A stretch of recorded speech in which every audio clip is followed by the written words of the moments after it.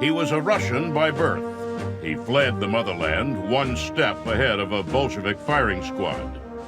He designed and built the first four-engine airplane, the first airplane with an enclosed cockpit, and together with Charles Lindbergh, cooked up the seaplanes that made international airlines practical. Lindbergh called him the greatest aviation engineer he'd ever met. He showed tremendous scientific talent at a very early age.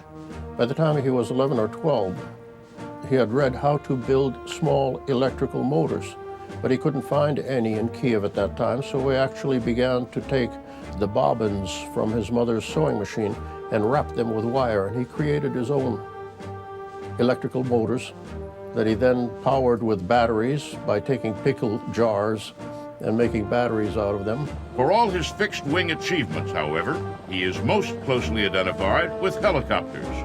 For it was the helicopter company he founded relatively late in his life that turned his name into a household word. He is Igor Sikorsky, and he is a legend of air power.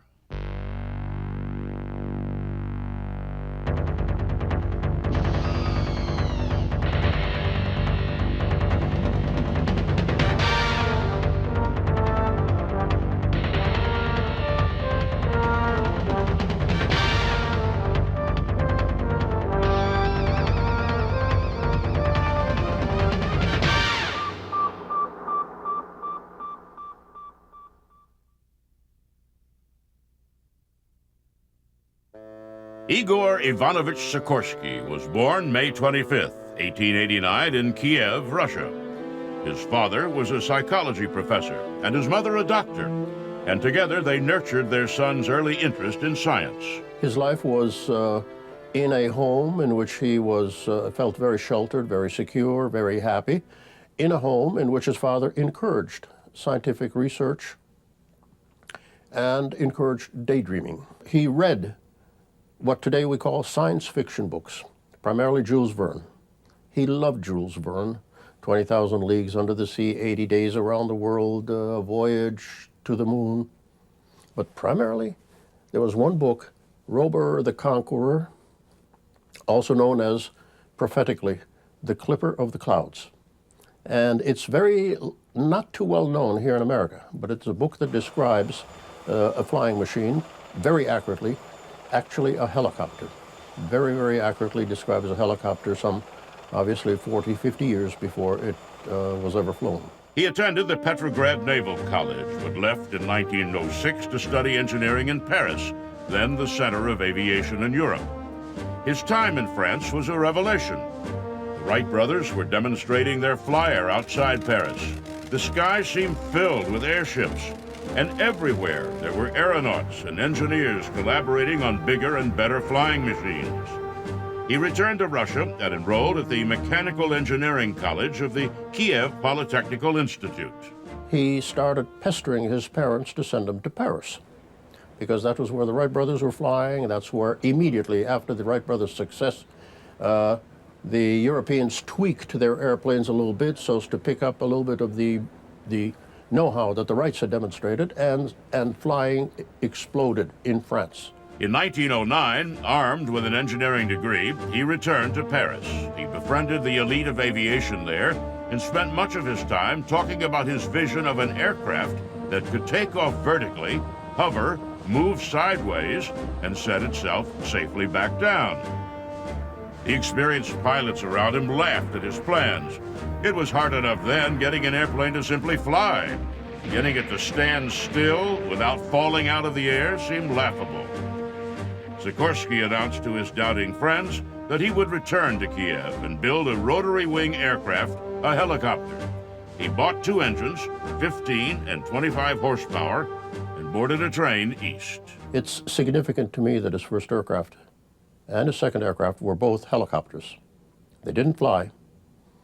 We know now that 15 and 25 horsepower is just too little to do it. But these were the first two aircraft he attempted.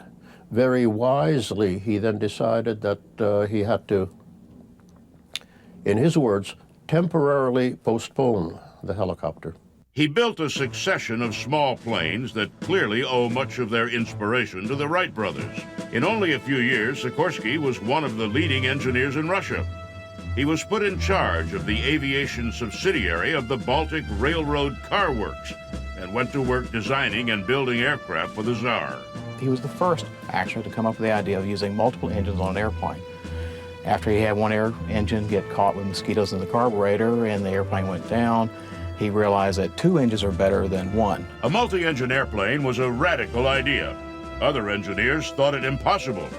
If the weight of the engines didn't keep the plane on the ground, they believed the forces and vibration of more than one engine would tear the plane apart in the sky. During his early years, he developed multiple engine aircraft, four-engine aircraft that were very, very large, which requires a great deal of skill as an engineer to be able to produce a large aircraft that everything works correctly, especially at the time of the type of materials they had to work with. It was quite an achievement. Sikorsky continued on, however, and the result was a four-engine behemoth with an almost unfathomable 89-foot wingspan. Called simply the Grand, when it flew in 1913, it made Sikorsky into a Russian hero. The Grand was a unique experiment in trying to convince the world that a large four-engine aircraft was possible. He wanted to build this airplane because he wanted to prove that an aircraft had to have two characteristics. The Grand was designed to demonstrate two critical elements. A, the element of being able to maintain altitude and continue flight if one engine failed on you. And the second, equally important element, that airplane had to be able to lose any one of its engines, inboard, outboard, any one side or the other, and remain controllable. He, with a twinkle in his eye, would talk about the Grand and say that it was a very unique aircraft. It took off at 65 kilometers an hour, it cruised at 65 kilometers an hour, and it stalled at 65 kilometers an hour. But other than that, it was a highly efficient airplane. His next plane, the Ilya Muromets, was even bigger and became the main bomber of the Russian Imperial Air Force in World War I. Designing aircraft had made Sikorsky wealthy.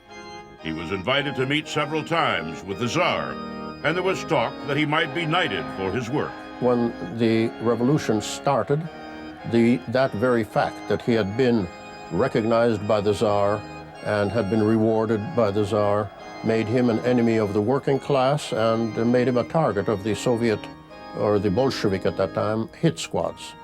A committed individualist, Sikorsky could not live under communism and decided to leave. His wife chose to stay and refused to let their daughter travel with him.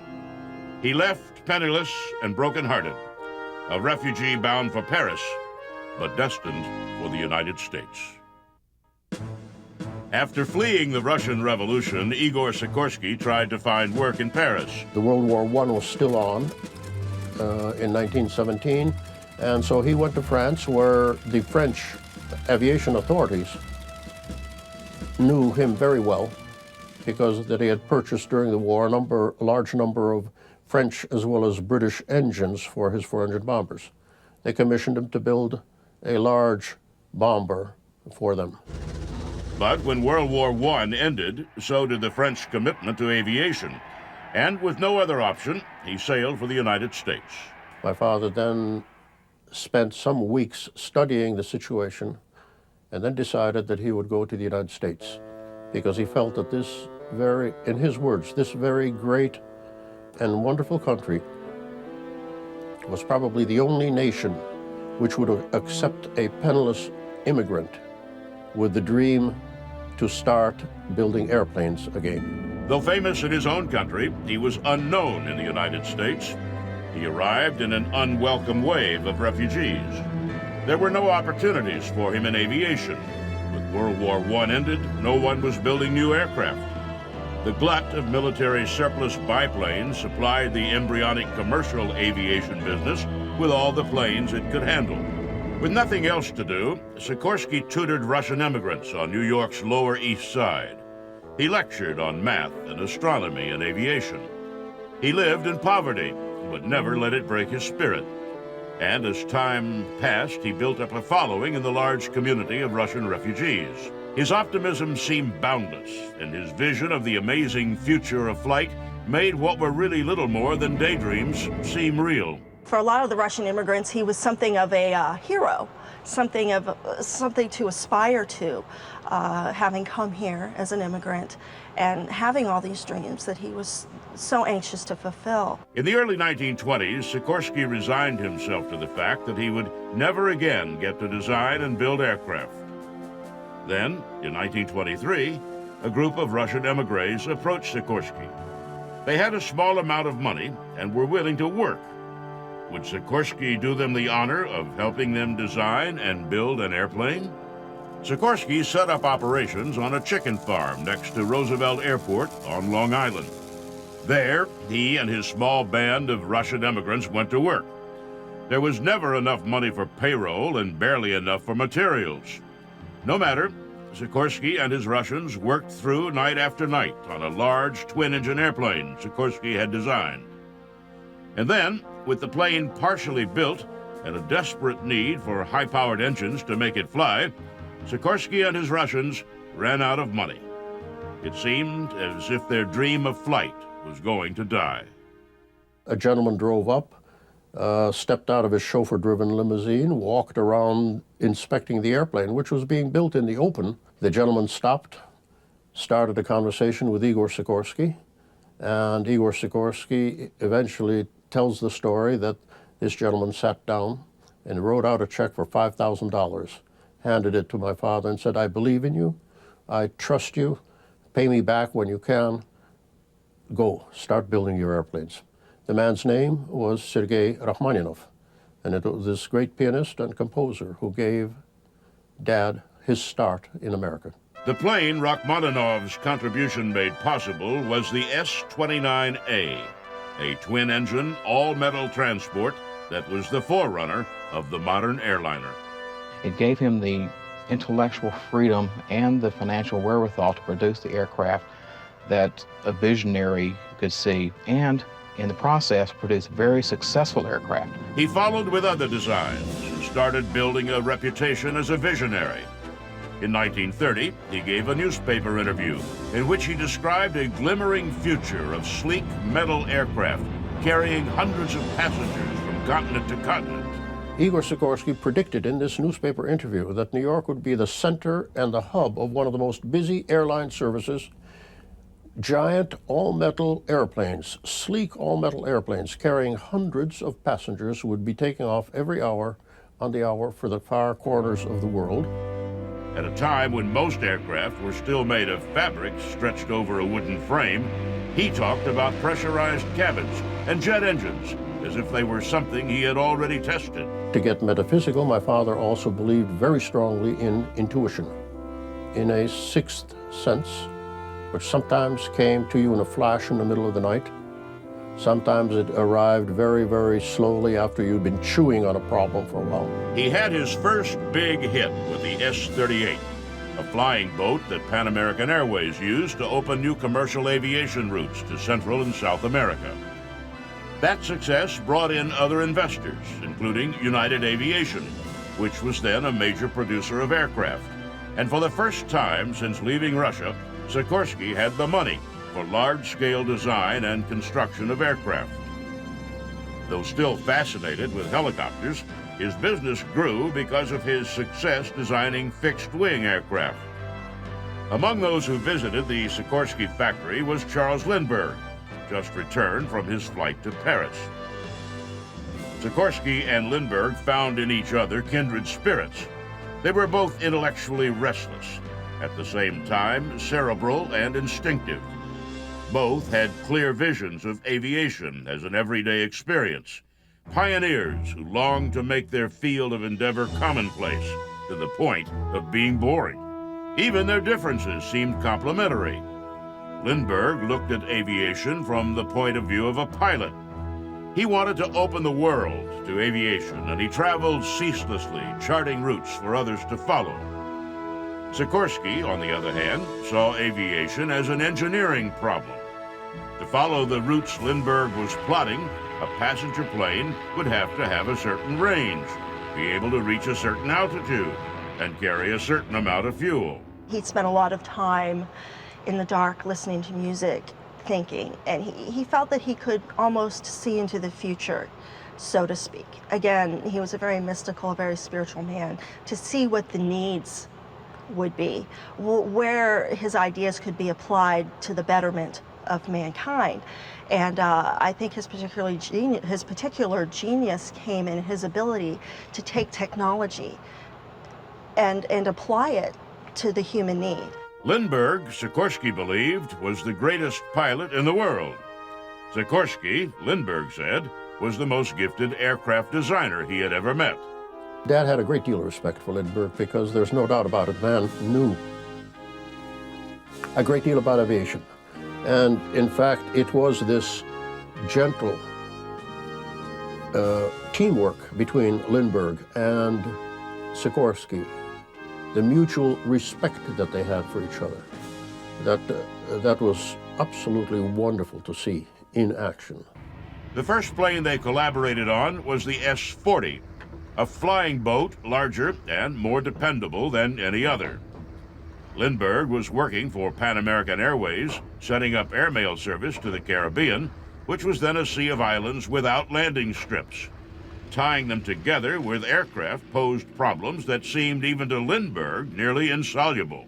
I was growing up at that time. I was a small kid, but I was privileged once in a while to sit in a corner of the dining room when these two giants would discuss the growth of aviation, the need for higher speeds, the inevitability of higher wing loadings, and yet the improvement of our knowledge of aerodynamics, which would still keep landing speeds down while the cruising speeds would go up. Now, it was a wonderful way to grow up because you may have gotten a formal education in high school and in college, but if you were an aviation buff, as I was, those evenings listening to Charles Lindbergh and Igor Sikorsky were the greatest aeronautical academy that anybody could dream of having. It was the beginning of one of his most productive periods. Working together with Pan Am and Lindbergh, he designed a series of amphibious aircraft that formed the famed Pan Am Clipper fleet. He had in his career played a key role in two separate revolutions. In Russia, he had pioneered multi-engine aircraft, which became the first dependable air transports and long-range bombers. In the United States, he had designed the flying boats that had made intercontinental air travel possible. The Pan Am Clippers shrank the world, putting every place in the world within a couple of days' travel of every place else. So, with his company doing well and his reputation secure, he returned to his first love. In the middle 1930s, Igor Sikorsky dug out 30 years of notes and sketches, dusted off a handful of patents, and went to work on the helicopter. Before Igor Sikorsky got seriously into helicopter development, there had been a number of more or less successful experiments in vertical flight. Some could fly but not hover, and others couldn't fly at all. Overcoming the torque of a spinning main rotor and still being able to maneuver was such a big problem that it led many to believe that a practical helicopter would never be developed.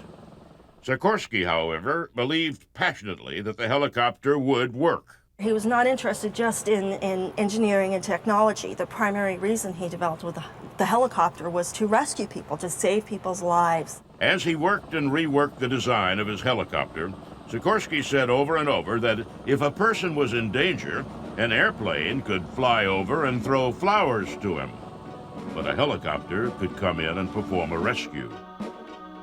Working at his Stratford, Connecticut factory, he and his team, still made up largely of Russian immigrants, built the VS-300. Ungainly by modern standards, the 300 was little more than a framework to support the engine and rotor. On September 14th, 1939, Sikorsky sat down in the VS-300's pilot seat for its first flight. When he climbed into this machine for the first time, he said it was a beautiful chance to relive one's life all over again, to design a new type of flying machine without quite knowing how to design it, build it without quite knowing how to build it, and then you climbed aboard and you opened up the throttle and you tried to teach yourself to fly at the same time that you were the test pilot in charge of the helicopter. Sikorsky carefully, slowly lifted off, learning to fly the helicopter as it rose. He went only a few feet off the ground, hesitated a few seconds in midair, and settled gently back to Earth. The world had its first working, practical helicopter. While Sikorsky thought the helicopter's future lay in rescue, the first American military band to get a look at the VS-300 instantly recognized its battlefield potential. People began to realize the idea that we can move large numbers of troops, we can attach weapons to these, and so the United States Army, for example, their aircraft, their helicopters, and these are very, very important for maneuver of the Army units. In 1942, while looking for aircraft that could be developed to fight German U-boats in the North Atlantic, two Coast Guard officers paid Sikorsky a visit. They watched in awe as Sikorsky lifted 25 feet off the ground, lifting a second man below on a suspended rope ladder. In their report on the test, they said Sikorsky's machine had many advantages over the blimps the Navy had developed for anti-submarine warfare. They recommended the Coast Guard buy 3 or 4 for testing, but the Navy balked at the $250,000 price tag. When the officers pointed out that helicopters could serve a search and rescue function, the War Department replied that the Navy was not interested in life-saving. They just wanted to get on with the business of killing the enemy. I think he was aware that inevitably, sometime sooner or later, it would be used as a military instrument of war. But that he said, was not the fault of the helicopter, because for every single person that it killed, he insisted quite logically that it probably saved 100. For the remainder of his life, Sikorsky designed and built helicopters. From the R-4, the first mass-produced helicopter, to the UH-60 Blackhawk, the machines he and his company designed and built rewrote the rules of aviation, of warfare, and of search and rescue. When everyone talks about Igor Sikorsky today, it is the helicopter that he is remembered as. And that's, I think, justifiably so. It is the last and, in many respects, the most important piece of equipment that my father invented and left for mankind. When I asked him about it, he said he had a number of favorite aircraft. And obviously the Grand, the first prototype 4-engine aircraft, was one. The flying boats were another one. But I believe also he himself felt proudest of his achievements in designing the helicopter.